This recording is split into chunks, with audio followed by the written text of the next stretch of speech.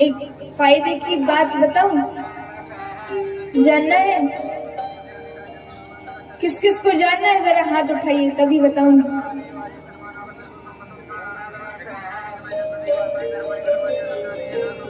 अभी आधे लोगों के हाथ उठे। किस किस को जानना है हाथ उठाइए। सबको जानना है, हाँ कि नहीं? जानना है। सुनिए तो, कहते हैं भगवान का भजन करने से जो फल प्राप्त होता है,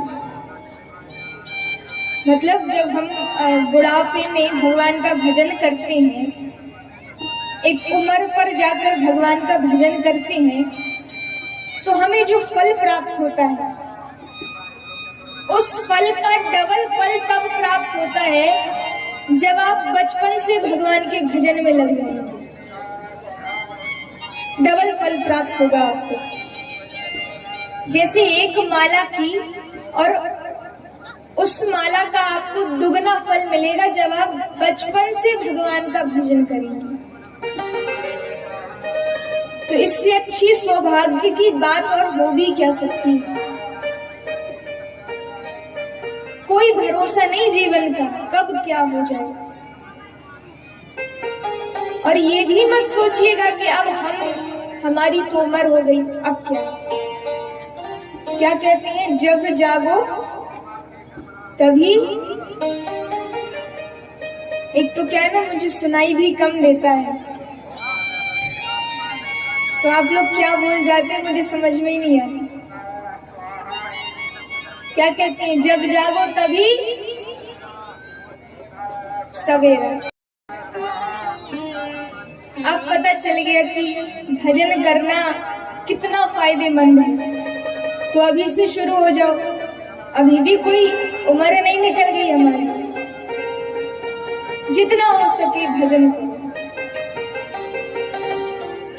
एक सेठ जी थे, कहानी सुना रही हूँ, ध्यान से सुनो। बातें करना है तो फिर बातें ही कर लो। बताओ, दो ऑप्शन है, क्या चाहिए? कहानी सुनना है? सब लोग इधर देखो, इधर उधर नहीं देखना है। सिर्फ यहाँ आपको यही होना चाहिए कि आजू बाजू कोई नहीं बैठा, सिर्फ देवी जी और हम कथा सुनने आए हैं, बातें करने नहीं आए हैं। कि आज उसने सोने का हार ले लिया, आज उसने 2000 की साड़ी खरीद ली। यहाँ सुनो, सबको कथा सुनना। एक सेठ जी थे। अब वो सेठ जी सुबह नहा धोकर स्नान करके नाश्ता कर रहे थे। सुबह से व्यापार पे जाना था, तो बढ़िया से डाइनिंग टेबल पे बैठकर नाश्ता कर रहे थे। अब जब वो नाश्ता कर रहे थे, तभी उनके घर की डोरबेल बजी। मतलब कोई आया।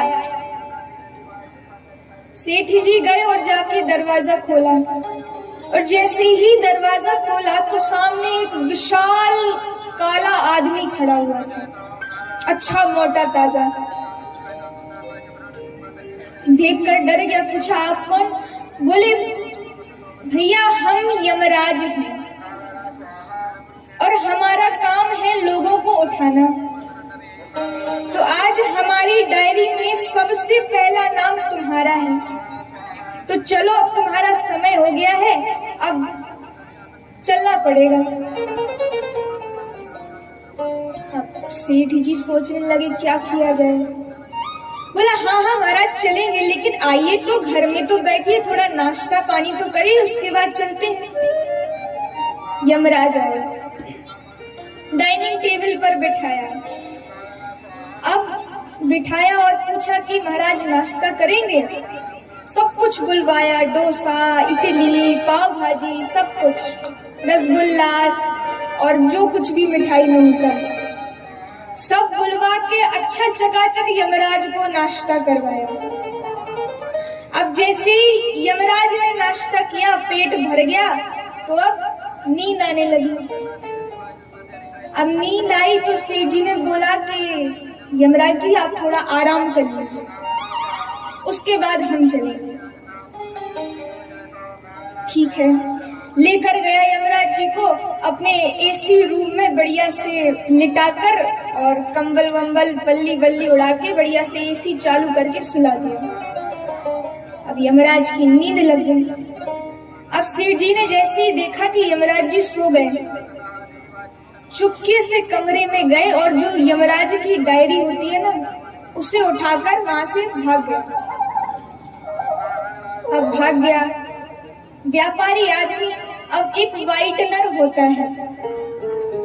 वाइटनर का काम क्या होता है कि जब पेन से हम कुछ लिखते हैं और वो गलत हो जाए तो उसको मिटाने के लिए वाइटनर का यूज किया जाता है। तो अब वो वाइटनर उठाया और सबसे ऊपर जो उसका नाम लिखा था उसको मिटाकर सबसे पीछे डायरी में सबसे नीचे अपना नाम लिख दिया। सोचता है कि अभी इसको समय आने में तो 2-3 साल लगेंगे, तो आराम से सब काम कर लेंगे जब तक हम अपने। जाके डायरी यमराज जी के पास रखी थी। थोड़ी देर बाद यमराज जी उठे, बोला बच्चा पानी पिलाओ। ठंडा ठंडा पानी लेकर पहुंच गया, पानी पिया। यमराज जी ने कहा बेटा हम तुम्हारी खातिरदारी से इतने प्रसन्न हैं कि हम क्या कहें। अरे लोग तो हमें देखकर डर जाते हैं, भाग जाते हैं, लेकिन तुम ऐसे पहले हो जिसने हमें बुलाकर नाश्ता करवाया, हमें सुलाया। चलो आज तुम्हारे लिए ना हम अपने सारे रूल्स बदल देंगे। हम अभी तक सबसे आगे के लोगों को उठाते थे, पर अब डायरी में सबसे पीछे से लोगों को उठाना चालू करेंगे। अब जैसे ही सुना वहीं पर गिर पड़ा। अर्थ क्या है कि जब समय आ जाएगा ना, आप अपनी कितनी भी गणित लगा लीजिए, कोई भी आपको बचा नहीं सकता, जाना तो पड़ेगा। एक गुरुजी के पास एक चेला पहुंचा और बोला गुरुजी आप मुझे कोई समाधान बताइए मेरी परेशानी का, मैं बहुत परेशान हूँ। बताओ भाई क्या परेशानी है तुम्हारी? बोला मेरी पत्नी मुझे बहुत परेशान करती है, बस यही कहती रहती है कि भजन करो भजन करो भजन करो। मैं परेशान हो चुका हूँ उसकी बात से। आप तो मुझे एक ऐसा समय बता दीजिए कि जिसमें मैं भजन करूं तो मुझे पूरे दिन भजन करने का फिर जरूरत ही ना पड़े। सिर्फ कोई एक समय बता दीजिए। गुरुजी ने कहा ठीक है हम बिल्कुल तुम्हें समय बताएंगे। ऐसा समय बताएंगे कि तुम बस एक ही बार तुम्हें भजन करना पड़ेगा, उसके बाद भजन करने की कोई जरूरत नहीं पड़ेगी। गुरुजी ने कहा तुम पता है भजन कब करना? तुम ना अपने मरने से केवल 2 मिनट पहले भगवान का भजन चालू कर देना। ठीक है, चला गया। लेकिन दूसरे दिन फिर वापस आया। बोले गुरुजी ये पता कैसे चलेगा कि मैं मरने कब वाला हूँ या मेरी मृत्यु नजदीक है? गुरुजी बोले वही तो किसी को नहीं पता, इसलिए तो लोग शुरू से भजन करना चालू करते हैं। वो समय कोई बता ही नहीं सकता कि हमारी मृत्यु कब होगी। इसलिए जब जागो तभी भुंसारो, जब जागो तभी सवेरा।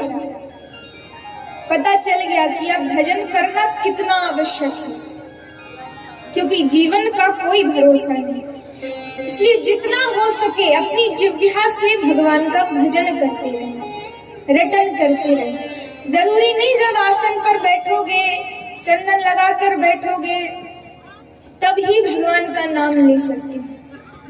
क्या कहते हैं? आत जात बैठत उठत करते निज निज काम, श्री मुख से लेते रहो सदा हरि का नाम। कोई भी काम हम कर रहे हैं, बस स्मरण जिह्वा पर नाम भगवान का होना चाहिए, भगवान का भजन करते रहें।